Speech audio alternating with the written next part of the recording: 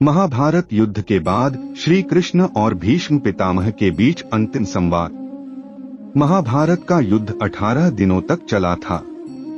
युद्ध खत्म होने के बाद कुरुक्षेत्र के मैदान में चारों तरफ खून से लथपथ सैनिकों की लाशें, टूटे हुए रथ, भाले, तलवार आदि सब पड़े थे और जमीन पर सैकड़ों गिद्ध, सियार और कुत्ते भोजन की तलाश में घूम रहे थे। और उन्हीं के बीच बाणों की शैया पर भीष्म पितामह लेटे हुए थे। भीष्म पितामह को ये बाण युद्ध करते समय अर्जुन ने मारे थे। भीष्म पितामह अर्जुन से महान योद्धा थे, लेकिन फिर भी अर्जुन ने उनके शरीर को अनगिनत बाणों से भेद दिया था। अर्जुन ने भीष्म पितामह को अनगिनत बाण कैसे मारे, इसके पीछे भी एक कहानी है। अर्जुन ने भीष्म पितामह को इतने बाण मारे कि जब वे जमीन पर गिरे तो शरीर से आर पार बाणों की एक शैया बन गई। भीष्म पितामह को इच्छा मृत्यु का वरदान प्राप्त था। अनगिनत बाण लगने के बाद भी उन्होंने अपने प्राण नहीं त्यागे, क्योंकि उन्होंने शपथ ली थी कि जब तक वे हस्तिनापुर को सुरक्षित नहीं देख लेते वे अपने प्राण नहीं त्यागेंगे। महाभारत के युद्ध में पांडवों की विजय हुई और युधिष्ठिर को हस्तिनापुर का राजा घोषित किया गया। तब भीष्म पितामह ने अपने प्राण त्यागने का निर्णय किया। युद्ध खत्म होने के बाद सूर्य पश्चिम की ओर ढलने ही वाला था। उसी समय सभी पांडव और श्री कृष्ण भीष्म पितामह ने आखिरी बार मिलने के लिए आते हैं। उस समय कृष्ण और भीष्म पितामह के बीच जो संवाद हुआ वह इस प्रकार है। तब भीष्म पितामह कहते हैं, आओ देवकी नंदन, आपका स्वागत है। मैं आपके बारे में ही सोच रहा था। तब श्री कृष्ण कहते हैं, अब तो मैं आपसे यह भी नहीं पूछ सकता कि आप कैसे हैं।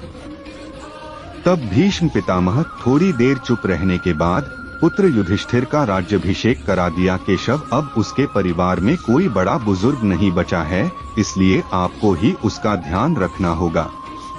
भगवान श्री कृष्ण चुप रहे। तब भीष्म पितामह कहते हैं, क्या आपसे कुछ प्रश्न पूछ सकता हूँ? केशव, बड़े सही समय पर आए हो। यह शरीर छोड़ने से पहले मेरे कुछ भ्रम दूर कर दो। तब श्री कृष्ण कहते हैं, कहिए ना। तब भीष्म पितामह कहते हैं, एक बार बताओ कृष्ण, आप तो ईश्वर हो ना। तब श्री कृष्ण ने बीच में ही टोकते हुए कहा, नहीं पितामह, मैं तो आपका पौत्र हूँ। तब भीष्म पितामह हंसने लगे और बोले, अब तो ठगना छोड़ दो कन्हैया। जाने से पहले मैं यह जानना चाहता हूँ कि इस युद्ध में जो हुआ क्या वह ठीक था। तब श्री कृष्ण पूछते हैं, किसकी ओर से पितामह, कौरवों की तरफ से या पांडवों की तरफ से?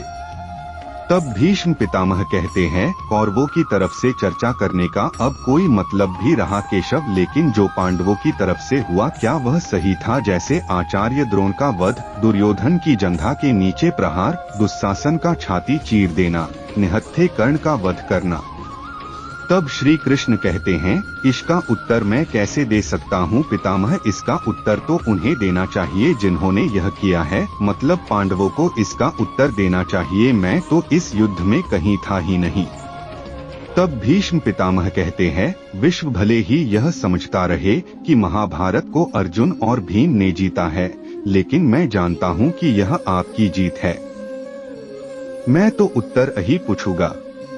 तब श्री कृष्ण कहते हैं, अगर आप मुझसे ही जानना चाहते हैं तो भीष्म पितामह, कुछ बुरा नहीं हुआ, वही हुआ जो होना चाहिए।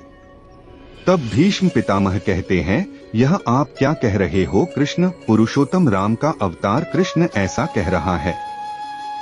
युद्ध में छल करना तो हमारे संस्कारों में कभी नहीं था, फिर यह उचित कैसे हो गया? तब श्री कृष्ण कहते हैं, शिक्षा इतिहास से ली जाती है, लेकिन निर्णय वर्तमान के आधार पर लिया जाता है।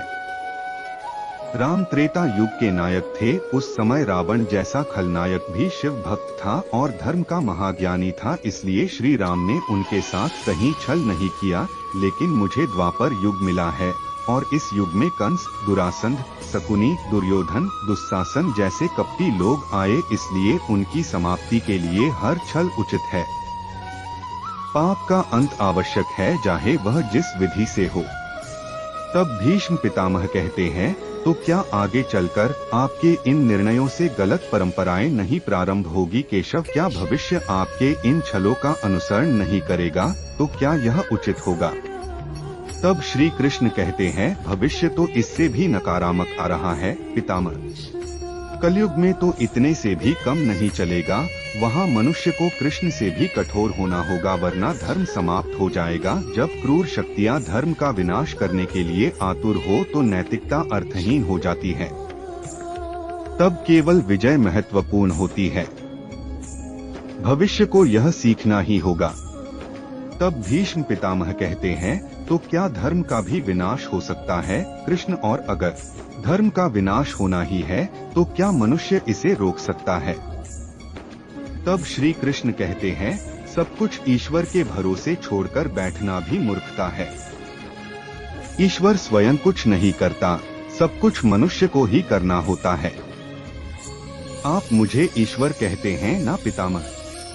तो बताइए, मैंने इस युद्ध में कुछ किया क्या? सब पांडवों को ही करना पड़ा, यही प्रकृति का नियम है। श्री कृष्ण के जवाबों से भीष्म पितामह अब संतुष्ट दिखाई दे रहे थे और उनकी आंखें धीरे धीरे बंद हो रही थी। सूरज अब ढल गया था।